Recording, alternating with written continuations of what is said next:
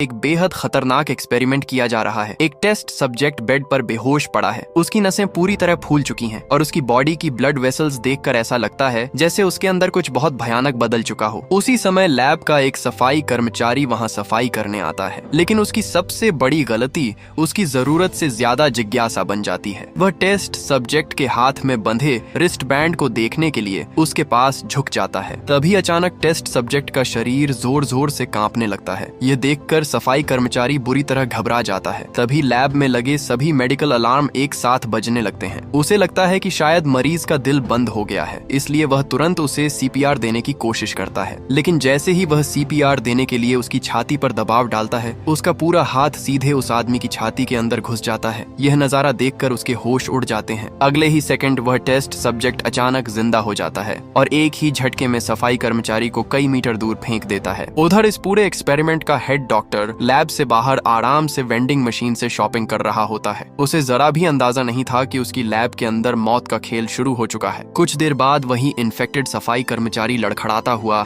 Lab से बाहर निकलता है और डॉक्टर के पीछे आकर खड़ा हो जाता है।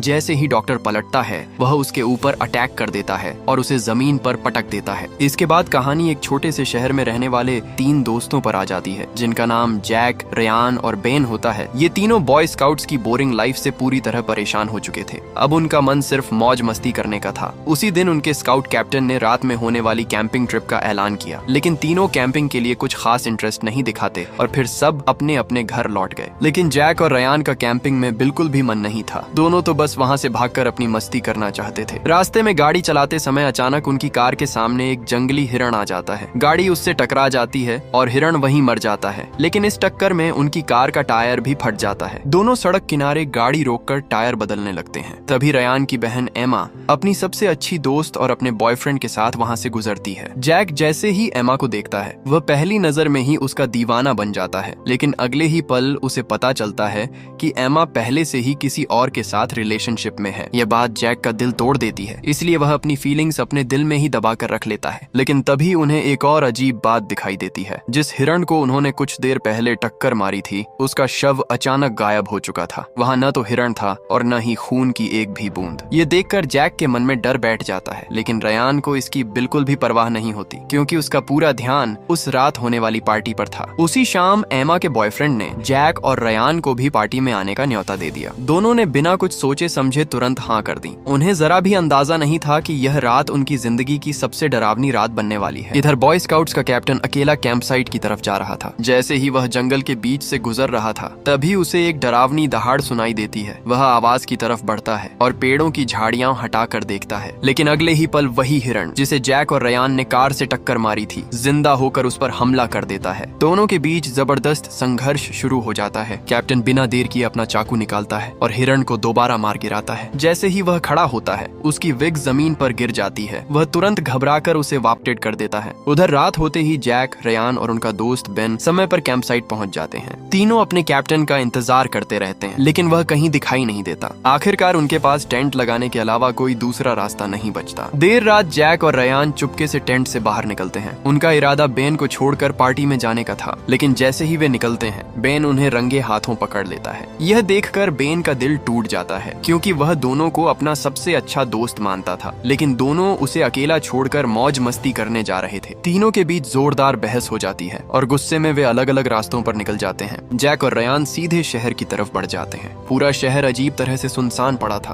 पास की एक दुकान का शीशा टूटा हुआ था और अंदर रखा सारा सामान गायब था। दोनों को कुछ भी समझ नहीं आ रहा था। फिर भी वे हिम्मत करके उस बार के अंदर चले जाते हैं, जहाँ पार्टी होनी थी। लेकिन वहाँ भी चारों तरफ सन्नाटा पसरा हुआ था। दोनों हैरानी से इधर उधर देखने लगते हैं। तभी अचानक डांस फ्लोर के बीचों बीच एक खूबसूरत लड़की नाचती हुई दिखाई देती है। उसे देखकर दोनों के चेहरे खिल उठते हैं। लेकिन अगले ही पल वह लड़की अपना चेहरा उनकी तरफ घुमाती है। उसका असली रूप देखकर दोनों की चीख निकल जाती है। वह कोई लड़की नहीं, बल्कि एक खूंखार ज़ॉम्बी थी। दोनों बिना एक सेकंड घंबाए अपनी जान बचाकर भागने लगते हैं। घबराहट में जैक एक टॉयलेट के अंदर जाकर छिप जाता है, लेकिन ज़ॉम्बी उसका पीछा करते हुए वहीं पहुंच जाता है। वह जोरदार लात मारकर टॉयलेट का दरवाजा तोड़ देता है। जैसे ही ज़ॉम्बी जैक पर हमला करने वाला होता है, तभी अचानक एक गोली चलती है। गोली सीधे ज़ॉम्बी के सिर में लगती है और वह वहीं ढेर हो जाता है। तभी उनके सामने एक बहादुर और निडर लड़की आती है, जिसका नाम एवा होता है। एवा के हाथ में बंदूक थी और वह ज़ॉम्बी मारने में पूरी तरह माहिर थी। अब जैक, रेयान और एवा तीनों साथ मिलकर बार से बाहर निकलते हैं, लेकिन बाहर का नजारा देखकर उनके पैरों तले जमीन खिसक जाती है। पूरी सड़क लाखों ज़ॉम्बी से भरी हुई थी। जहाँ तक नजर जाती थी सिर्फ ज़ॉम्बी ही ज़ॉम्बी दिखाई दे रहे थे। तीनों तुरंत भागकर अपनी कार में बैठ जाते हैं, लेकिन जैसे ही कार आगे बढ़ाने की कोशिश करते हैं उन्हें पता चलता है कि दिन में लगाया गया स्पेयर टायर ढीला होकर निकल चुका है। उधर ज़ॉम्बी तेजी से उनकी तरफ बढ़ रहे थे। एवा बंदूक लेकर ज़ॉम्बीज़ को रोकने की कोशिश करती है। इधर जैक और रयान पूरी जान लगाकर जल्दी जल्दी टायर कसने लगते हैं। जैसे ही ज़ॉम्बी कार तक पहुंचने वाले होते हैं उसी समय टायर पूरी तरह फिट हो जाता है। तीनों तुरंत कार में बैठते हैं। अचानक एक बेहद तेज म्यूटेटेड ज़ॉम्बी उनके पीछे पड़ जाता है। वह हाथ और पैरों दोनों की मदद से बिजली की रफ्तार से दौड़ता हुआ आता है और कार को जोरदार टक्कर मारता है, लेकिन वो तीनों किसी तरह वहां से निकल जाते हैं।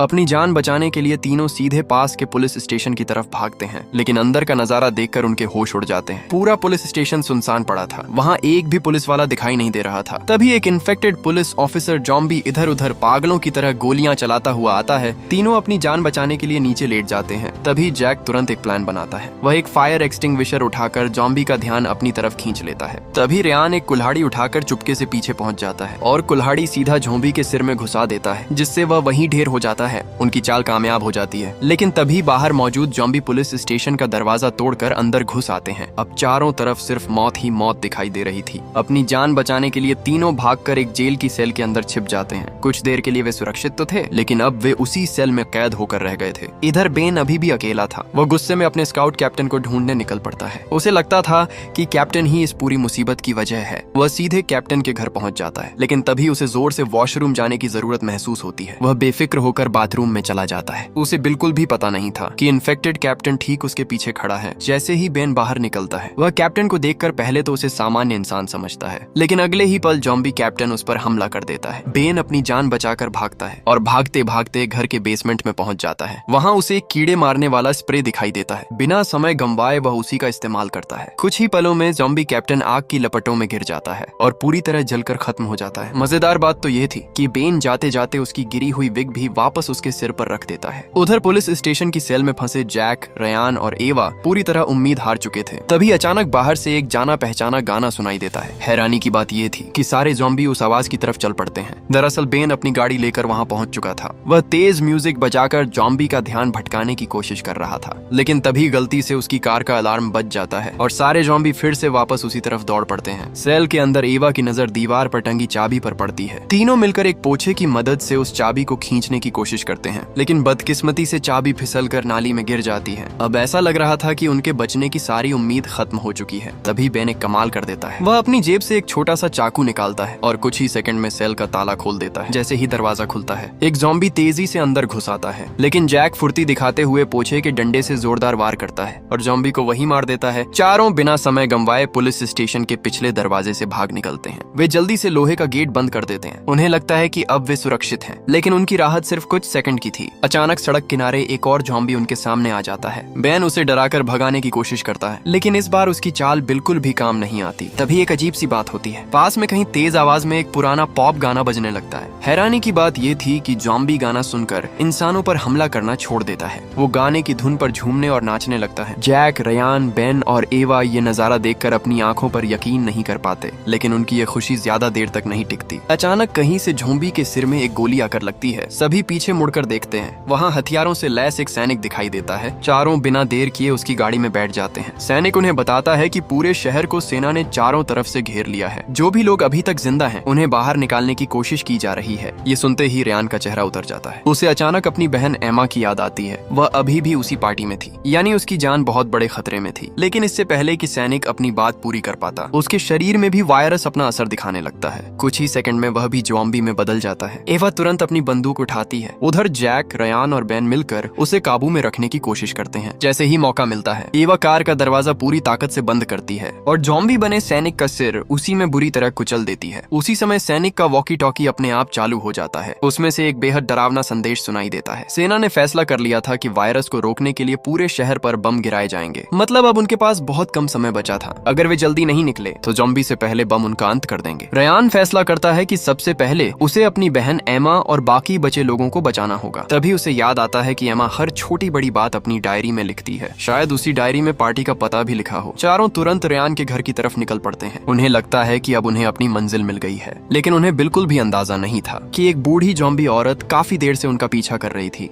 जैसे ही वे घर के अंदर घुसते हैं वह भी चुपके से उनके पीछे अंदर आ जाती है। कुछ देर बाद जैक को नीचे से किसी के चलने की आवाज सुनाई देती है। रयान और बेन तुरंत नीचे जाकर देखने लगते हैं। अचानक वह बूढ़ी ज़ॉम्बी उन दोनों पर झपट पड़ती है। रयान बाल बाल बच जाता है। किस्मत अच्छी थी कि उस बूढ़ी ज़ॉम्बी के ज्यादातर दांत टूट चुके थे, इसलिए वह किसी को काट नहीं पाती। लेकिन इस शोर ने बाहर घूम रहे दूसरे ज़ॉम्बी को भी आकर्षित कर लिया। कुछ ही सेकंड में दर्जनों ज़ॉम्बी घर का मुख्य दरवाजा तोड़कर अंदर घुसने लगते हैं। अब चारों के पास नीचे रुकने का कोई मौका नहीं था। वे भागते हुए ऊपर की मंजिल पर पहुंच जाते हैं और दरवाजे के सामने एक भारी अलमारी लगाकर उसे बंद कर देते हैं। लेकिन उन्हें अच्छी तरह पता था कि ये रुकावट ज़ॉम्बी को ज्यादा देर तक नहीं रोक पाएगी। कुछ ही सेकंड में ज़ॉम्बी उसे तोड़कर अंदर घुसने लगे। जैक तुरंत सबको खिड़की से बाहर निकलने का प्लान बताता है। घर के बाहर एक ट्रैम्पोलिन रखा था, उसी की मदद से वे सामने वाली दीवार पार कर सकते थे। सबसे पहले बेन नीचे कूदता है और ट्रैम्पोलिन की मदद से दीवार पार कर लेता है। एक एक करके बाकी लोग भी बाहर निकलने लगते हैं। आखिर में जैक की बारी आती है, लेकिन तभी उसकी नजर जमीन पर पड़ी एक डायरी पर जाती है। उसे तुरंत एहसास होता है कि यही एमा की डायरी है और इसी में पार्टी का पता लिखा होगा। अपनी जान की परवाह किए बिना वह डायरी उठाने के लिए वापस दौड़ पड़ता है, लेकिन तभी ज़ॉम्बी दरवाजा तोड़कर कमरे के अंदर घुस आते हैं। कुछ ही पल में जैक चारों तरफ से घिर जाता है। वह किसी तरह खिड़की तक पहुंचता है, लेकिन अब ट्रैम्पोलिन पर भी कई ज़ॉम्बी चढ़ चुके थे। पीछे से भी ज़ॉम्बी उसकी तरफ बढ़ रहे थे। ऐसा लग रहा था कि अब उसका बचना नामुमकिन है। जान बचाने की कोशिश में वह एक ज़ॉम्बी की बेल्ट पकड़कर खिड़की से लटक जाता है। उसी समय एवा अपनी जान जोखिम में डालकर दोबारा दीवार के ऊपर चढ़ जाती है। वह जोर जोर से आवाज लगाकर ज़ॉम्बी का ध्यान अपनी तरफ खींच लेती है। बस यही मौका था। जैक पूरी ताकत से छलांग लगाता है और सुरक्षित नीचे उतर जाता है। अब चारों फैसला करते हैं कि भागने से कुछ नहीं होगा, उन्हें एमा और बाकी लोगों को बचाना ही होगा। एवा अपनी मोटरसाइकिल लेकर दूसरी तरफ से मदद करने निकल जाती है। वहीं जैक, रयान और बेन एक बड़े मॉल में पहुंचते हैं। वे अपनी जरूरत के हिसाब से अलग अलग सामान इकट्ठा करते हैं और घर पर बने जबरदस्त हथियार तैयार करते हैं। अब तीनों पूरी तरह तैयार थे। उनका अगला निशाना था पार्टी वाली बिल्डिंग। उधर पार्टी कब की मौत के मैदान में बदल चुकी थी। लोगों को संभलने का मौका तक नहीं मिला। ज़ॉम्बी अचानक डांस फ्लोर पर टूट पड़े। हर तरफ चीख पुकार मच गई। सबसे पहले एमा का बॉयफ्रेंड ज़ॉम्बी का शिकार बन जाता है। कुछ ही सेकंड में पूरा हॉल खून से भर जाता है। एमा डरकर बाहर भागने की कोशिश करती है, लेकिन मुख्य दरवाजा पहले ही ज़ॉम्बी ने घेर लिया था। अब उसके पास बचने का कोई रास्ता नहीं था। उसे लगने लगा कि शायद यही उसकी आखिरी सांस होगी। तभी अचानक एक तेज सीटी की आवाज पूरे हॉल में गूंजती है। अगले ही पल जैक, रयान और बेन अपने नए हथियारों के साथ वहां पहुंच जाते हैं। तीनों किसी हीरो की तरह सीधे ज़ॉम्बी के झुंड पर हमला बोल देते हैं। उनके हर वार से कई ज़ॉम्बी एक साथ गिरने लगते हैं। बेन भी पहली बार अपनी पूरी ताकत और हुनर दिखाता है। तीनों मिलकर ज़ॉम्बी का सफाया करते हुए बचे हुए लोगों के लिए रास्ता बना देते हैं। लड़ते लड़ते वे सभी दूसरी मंजिल के बास्केटबॉल कोर्ट तक पहुंच जाते हैं, लेकिन वहां पहुंचकर उन्हें पता चलता है कि आगे कोई रास्ता ही नहीं है। वे पूरी तरह फंस चुके थे। उधर ज़ॉम्बी लगातार दरवाजा तोड़ने की कोशिश कर रहे थे। हर बीतते सेकंड के साथ मौत उनके और करीब आती जा रही थी। तभी बेन एक बम निकालता है। वह फैसला कर चुका था, अगर बचने का कोई रास्ता नहीं है तो वह खुद की कुर्बानी देकर बाकी सभी को बचाएगा। इस मुश्किल घड़ी में तीनों दोस्तों की सारी गलतफहमियां भी खत्म हो जाती हैं। बेन जैक और रयान को दिल से माफ कर देता है। ऐसा लग रहा था कि अब सब कुछ ठीक हो जाएगा, लेकिन तभी एक नई मुसीबत सामने आ जाती है। बेन बम में आग लगाने की पूरी कोशिश करता है, लेकिन लाइटर बार बार धोखा दे देता है। वह किसी भी कीमत पर जल ही नहीं रहा था। हर गुजरते सेकंड के साथ ज़ॉम्बी दरवाजा तोड़ने के और करीब आते जा रहे थे। तीनों को लगने लगा कि शायद अब उनकी कहानी यहीं खत्म होने वाली है, लेकिन तभी एवा रेस्क्यू स्लाइड से वहां एंट्री मारती है और अगले ही पल एवा एक रेस्क्यू स्लाइड के साथ नीचे उतरती है। उसे देखकर सभी के चेहरे पर फिर से उम्मीद लौट आती है। जैक, रयान और एवा एक एक करके स्लाइड से नीचे उतर जाते हैं, लेकिन बेन वहीं रुक जाता है। उसने फैसला कर लिया था कि वह आखिरी तक ज़ॉम्बी को रोकेगा। वह दोबारा लाइटर जलाने की कोशिश करता है। इस बार किस्मत उसका साथ देती है। लाइटर जल जाता है। जैसे ही ज़ॉम्बी दरवाजा तोड़कर अंदर घुसते हैं, बेन बम में आग लगा देता है और बिना एक सेकंड गंवाए स्लाइड से नीचे छलांग लगा देता है। अगले ही पल एक जबरदस्त धमाका होता है। पूरा बास्केटबॉल कोर्ट आग और मलबे में बदल जाता है और वहां मौजूद लगभग सभी ज़ॉम्बी उसी धमाके में खत्म हो जाते हैं। उसी समय एवा द्वारा बुलाई गई मिलिट्री रेस्क्यू टीम भी वहां पहुंच जाती है। वे चारों को सुरक्षित बाहर निकाल लेते हैं। इस तरह उनकी जान बच जाती है। इसके बाद पूरे शहर में इन चारों को हीरो माना जाने लगता है। लेकिन कहानी यहीं खत्म नहीं होती। आखिर में फिल्म